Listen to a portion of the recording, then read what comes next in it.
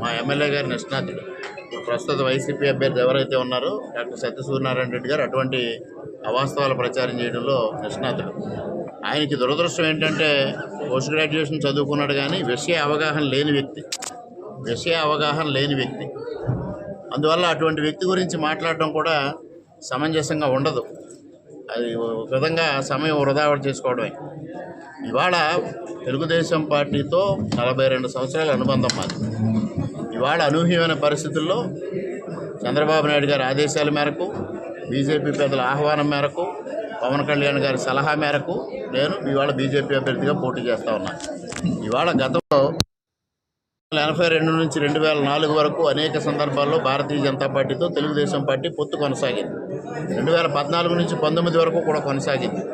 ఎప్పుడైనా మైనారిటీలపైన దాడులు చేయడం కానీ, మైనారిటీ ఆస్తులను ధ్వంసం చేయడం కానీ, ప్రార్థనా మందిరాలపైన దాడులు చేయడం కానీ, ధ్వంసం చేయడం కానీ ఎప్పుడైనా జరిగిందా?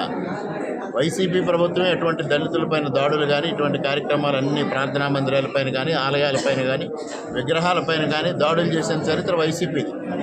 తిరిగి వాళ్ళు ఈ విధమైన దుష్ప్రచారం చేయడం ప్రజలందరూ అర్థం చేసుకున్నారు. ఇవాళ ప్రజలంతా నా వెంటున్నారు.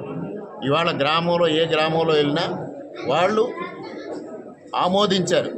నేను తెలుగుదేశం పార్టీ నుంచి భారతీయ జనతా పార్టీలోకి వచ్చి పోటీ చేయడాన్ని ఇటు తెలుగుదేశం పార్టీ కార్యకర్తలు, జనసేన కార్యకర్తలు, భారతీయ జనతా పార్టీ కార్యకర్తలతో పాటు అనపర్తి నియోజకవర్గం ప్రజలందరూ కూడా ఏకగ్రీవంగా ఆమోదించారు. అందువల్ల నా గెలుపు ఎటువంటి సందేహం లేదు. తప్పనిసరిగా నేను 20,000 పై మెజారిటీతో విజయం సాధిస్తాను.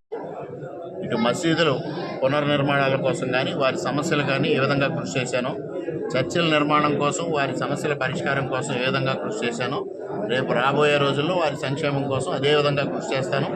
ఎందుకంటే 54 సంవత్సరాల చరిత్ర, మా కుటుంబ చరిత్ర ఈ నియోజకవర్గం ప్రజానీకానికి అందరికీ తెలుసు. మేము ఏ విధంగా అభివృద్ధి చేస్తాం, సంక్షేమం చేస్తాం అనేది అదే విధంగా ముందుకు కొనసాగుతాం.